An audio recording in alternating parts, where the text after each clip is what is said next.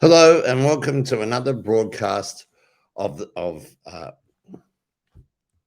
hello and welcome to another broadcast of Real Review, and welcome to this week's episode.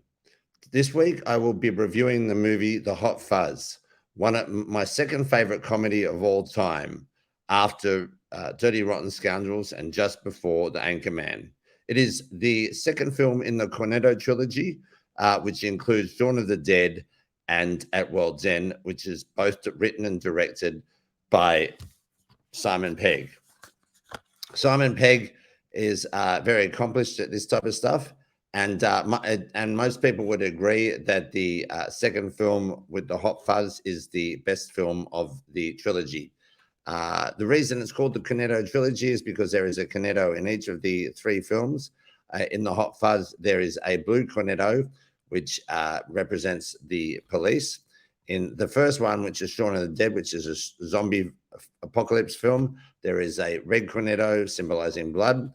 And in the third film, called At World's End, which is a sci-fi film about the alien invasion, is a a mint cornetto, which is green, symbolizing science fiction. Most people would think that Shaun of the Dead is the second best film after the Hot Fuzz of the trilogy, but I tend to disagree with that, which most of you will get upset with me about. But hey, I like science fiction films better than zombie apocalypse films. In fact, I think the only good zombie apocalypse film is 28 Days Later, but that's beside the point. I don't think that and either of the two films are any good compared to the Hot Fuzz. The Hot Fuzz is just in another league of its own. So I just thought I'd ask you, dear audience, which of the three films in the Cornetto trilogy is your favorite? The Hot Fuzz, Shaun of the Dead, or At World's End?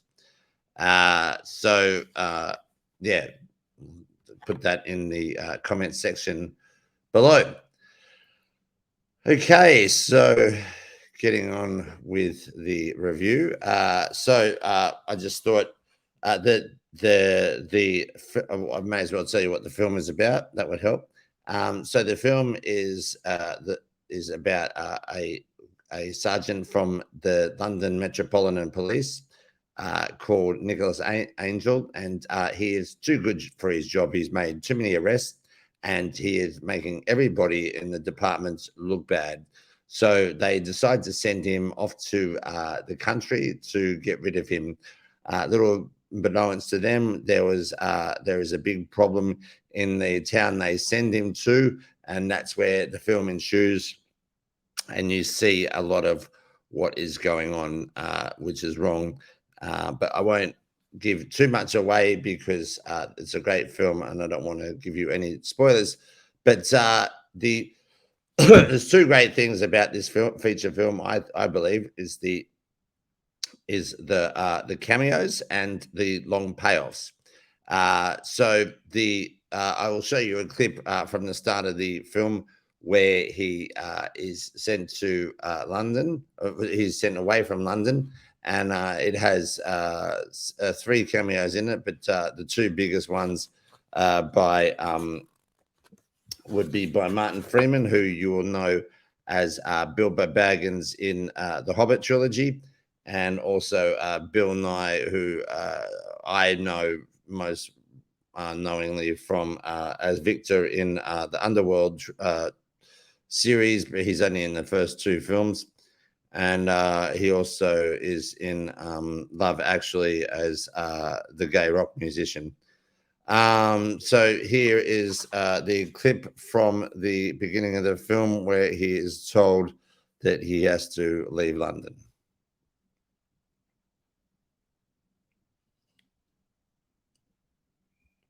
Well done, you. Hang on, I don't remember down in the country sometime, do you mean? I'd like to talk to the inspector. Well done, you. Hang on, I don't remember telling you that. Yes, you did. You said. That's Martin Freeman there. Sometime, do you mean? I'd like to talk to the inspector. You can speak to the inspector, but I can promise you he will tell you exactly the same thing as I am. Hello, Nicholas. How's the hand? It's still a bit stiff. This is another great thing about this film is the quick cuts. Like that, there's no messing around, so it's very snappy. I think that this is missing in modern day cinema, where you get these films that run for 2+ hours. I think this film's about 2 hours, but some films are like 2.5, 3, 3.5, which is just too long. And I mean, if you're going to, if it's really necessary that you have a film that long, then perhaps they should think about bringing back an intermission, because I don't know about you, but I don't know if I can get through a 3.5-hour film without having at least one break, unless I completely dehydrate myself before. How are things at home? I'm sorry, sir. How's Janine? We're no longer together, sir. Right, well, then where are you living? He's staying in the section house, sir. With the recruits? Yes, he's living out of cardboard boxes. Well, then you're packed already. Nicholas, we're offering you a smashing position with a delightful cottage and a lovely little place that I think has won Village of the Year I don't know how many times. It'll be good for you. I don't really know what to say. Yes? Yes, thank you. No, I'm sorry. I'm gonna have to. You want to take this higher? Yes, I do. You want me to bother the Chief Inspector with this? Yes. You want me to get the Chief Inspector to come all the way down here? Yes, I do. Okay. Kenneth? Hello, Nicholas. So, I mean, they add in the quick cuts as part of the comedy timing, which is fantastic, because the chief inspector is like the head of the Metropolitan Police in London. So to be like having, I don't know, the district attorney like you have in America. I don't know what they have here in Australia. So yeah, he's already there because they know he's going to go that high, and so and they're that keen to get rid of him. So you can have the quick cut paid in as part of the humor, which is very intelligent writing indeed. How's it have? Still a bit stiff. Chief Inspector. Keep your seat. Now, I know what you're. And that's Bill Nye, who You've is been a making this all victor in look the bad. Underworld series. I'm sorry, sir. Of course, we all appreciate your efforts, but you've been rather letting the side down. It's all about being a team player, Nicholas. You can't be the Sheriff of London. If we let you carry on running around town, you'll continue to be exceptional, and we can't have that. You'll put us all out of a job. With respect, sir, you can't just make people disappear. Yes, I can. I'm the Chief Inspector. Well, however you spin this, there's one thing you haven't taken into account. And that's what the team is going to make. So yeah, that's the film. That's the clip there that I wanted to show you. So there's many other cameos in this film. Some that you will recognize and some that you won't. Like some of the cameos have bigger roles. For example, I would have to say one of the biggest cameos in the film is Timothy Dalton, who has quite a substantial role in the film, and he is obviously best known as his turn as James Bond. I think he was the fourth James Bond, as I recall. And yeah, he is very good in his part. And, he went on to do a lot of work after this. It was just kind of like a comeback for him and got him out of the kind of James Bond's kind of typecasting, which was clever casting. And then there's also like some people who were in this film that weren't famous until after it, like Rory McCann, who played the Hound in Game of Thrones. Like he's the big fella. So there's also some lesser known ones. A guy called Stuart Wilson, who was in Zorro. Jim Broadbent, who plays the police captain in the country town, who I best know from Gangs in New York, but he was also in Moulin Rouge, which I was part of when I was younger. Edward Woodward was in this film, which I didn't recognize him in. he goes all the way back to the 1970s, where he played Breaker Morant, which is an Australian film with Brian Brown, and also some lesser known cameos. Peter Jackson, I didn't know he was he played a Santa Claus in this film. I don't have that clip, but also Kate Blanchett makes a funny appearance as Nicholas Angel's girlfriend at the beginning of the film. That they break up, and she's in disguise. So I'll just show you that clip here. For a while. I know. Bob told me. That's Kate Blanchett. I wanted to tell you in person. And there's no reason we can't be civil with each other. It's not that long ago we were talking about getting married. Yes, but you're already married to the force, weren't you? We're actually supposed to call it the service now. Official vocab guidelines state that the force is too aggressive. See? It's only ever about the job. It's all you care about. That's not true. No, you're right. You do have that rubber plant. So yeah, that's Kate Blanchett. So yeah. Talking about the long payoffs now in the comedy, which you know, to do like long payoffs, like it's very hard. Most films, like except for like what I said in my favorite film, which is Dirty Rotten Scoundrels, where the payoffs are long, but that was kind of designed like that because the script was written as a long payoff, because it was within the story. The two men have a bet to see whether they can con the same woman, but then it shifts that she's conning them. I'll review that one in the future. And Anchorman was more kind of like slapstick humor. There wasn't really any long running payoffs.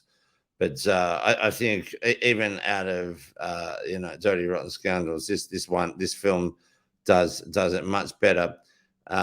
So, for example, here's the first one where he goes to a guy to talk to him about something unrelated, and he ends up asking him about a gun he owns, and he has like heaps of guns, and then it pays off at the end. Here, I'll show you what I mean.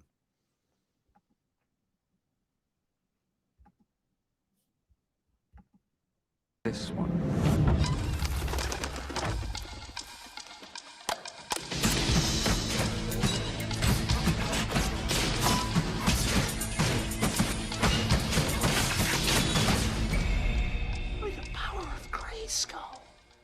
Where on earth did you get these?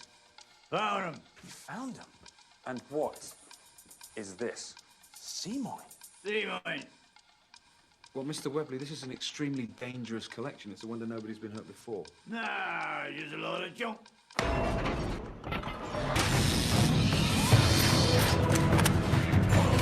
So what happens is this is towards the end of the film where he goes back to confront everybody in town, and he goes in to get all the guns that he collected off this guy earlier on in the film.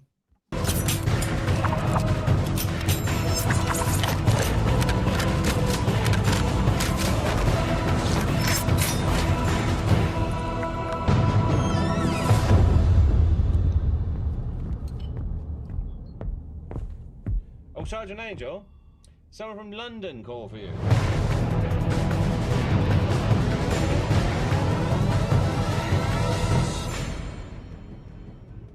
I'll tell him you'll ring him back.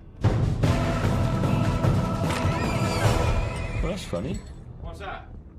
I didn't know we had a mounted division. Nobody tells me nothing.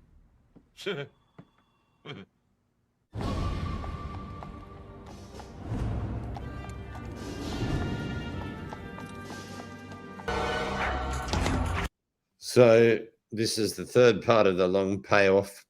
So he's collected all these guns, and he's used them in the course of taking down everybody in town. And the last guy confronts him and shoots his partner, played by Nick Frost, who's in several films with Simon Pegg. and well, he's also in the other two Cornetto trilogy, so that they have kind of a running play together. And yeah, so Simon Pegg's a little bit upset, and so he kicks this guy in the head with a bin, and you'll see what happens. That's Edward Woodward, by the way.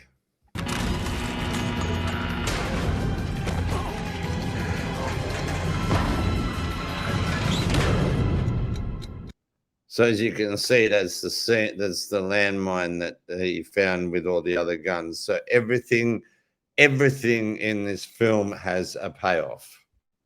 Oh, God, no.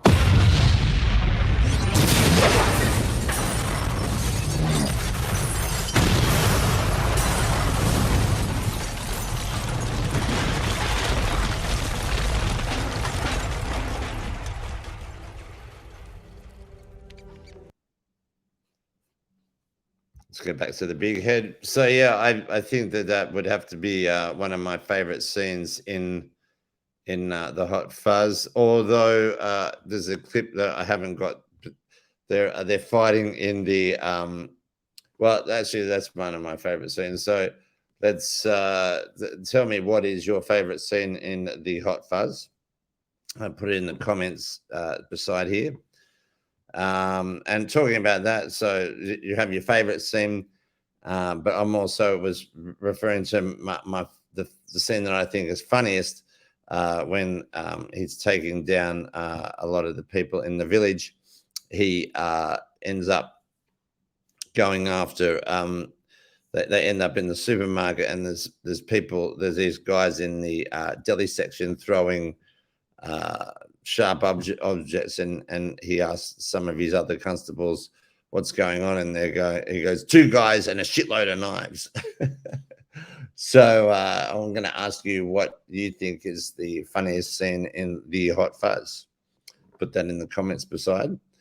Also talking about good characters in the Hot Fuzz, I want to ask you what your favorite character is in the Hot Fuzz. I'll put that in the comments in the side. I personally like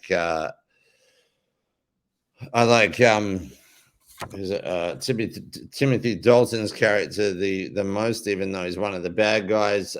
He plays it really well, so I think that's fantastic. I'll show you another long payoff scene.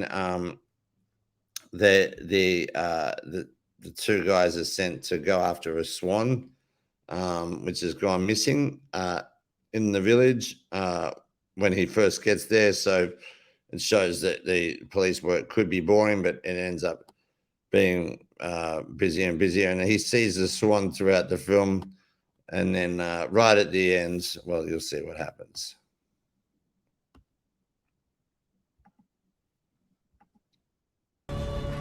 So here they are going up to the swan, and then right at the end, the swan attacks the main bad guy, and they catch him that way. So I think just fantastic bit of writing there. In terms of other brilliant bits of writing, Nicholas is trying to figure out what is going wrong in town, because there's a lot of people dying. There's about 5 or 6 murders, and then he goes and sees this woman, and she gives him the idea for the conspiracy of what he thinks is going on. So we'll see this. Hi. Yeah? You know that fella who blew up? George Merchant? Well, George Merchant got dressed and wanted to buy this land. So he sent round his legal fella, Martin Blower, got dressed him. And I thought I might take them up on it. I haven't really got that much family round here, save for cousin Sissy. So I thought I might take them up on the offer and move to Beaufort Abbey. Would you like a card with this? No, sorry, you were talking about the offer. Well, it turns out that Martin Blower, God rest him, knew where the new bypass road is going, because he was knocking off Eve Draper from the council, God rest her. And then that reporter, God rest him, finds out about the route and tells me this land is very valuable, 10 times what George Merchant and Martin Blower, God rest them, offered me. So with them having passed on, I decided to sell it on myself to some folks from the city that Martin, George and Eve, God rest the lot of them, had been talking to. Apparently they want to build a big shopping centre or something. Of course, Cousin Sissy won't be too happy about that, but as far as I'm concerned, Cousin Sissy can go and fuck. Would you just excuse me for just 1 second? You see, as much as I enjoyed your wild theories, Sergeant... So he thinks that that's the reason that everybody's being murdered by these people in the town. But then he finds out later that this is the real reason why people are being murdered. It is far less complex. Blower's fate was simply the result of his being an appalling actor. Quite appalling. You murdered him for that? Well, he murdered Bill Shakespeare. What? Oh. The Dramatic Society is an important feather in our cap. You couldn't let Blower jeopardize that, not when we had two semi-professionals waiting in the wings. Let's not forget that Greg was an extra in Straw Dogs, and Sherry portrayed a cadaver in Prime. Yes, I know! Martin was less concerned with the reputation of the village than he was with his sordid affair with Eve Draper. And so Eve deserved to die too? Oh, she did have a very annoying laugh. Annoying. And George Merchant? He had an awful house. We begged him in vain to make his residence more in keeping with the village's rustic aesthetic. Wait, and what about Tim Messenger? What was his crime?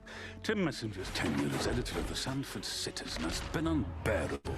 Our once great paper had become riddled with tabloid journalism, not to mention persistent errors. He listed her age as 55. When actually I'm 53. 53? Yes. What about Leslie Tiller, one of your own? Her horticultural expertise helped put Sanford on the map. Oh, she was ever so good. Cousin Leslie was a terrible shame. But it seems she was set on moving away.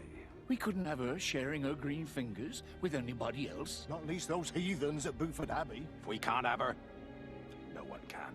How can this be for the greater good? Shut it! These people died for no reason whatsoever! Oh, I wouldn't say that. Yeah, so although that was a bit of a long clip. Anyway, so that's my review of the Hot Fuzz. I think it was one of the best comedies that I've ever seen. So thank you for joining me this week for my live stream. Before I go, I thought as a fun little thing, I would ask you all what if they were to do another film for the Cornetto series. Obviously, it wouldn't be a trilogy anymore. What color of Cornetto would you like to see, and what would the film be about? Personally, I'd like to see a black Cornetto and them do a film about what is going on in our society today with red pilling and black pilling and how bad the woke Hollywood industry is. But that wouldn't happen because, unfortunately, Simon Pegg has turned woke himself, like most people in mainstream Hollywood. So join me next week where I will review another action film which I find fascinating. I'll probably do The Running Man, and until then, stay well, and remember, I'm here keeping the real real. Thanks for joining me. Good night.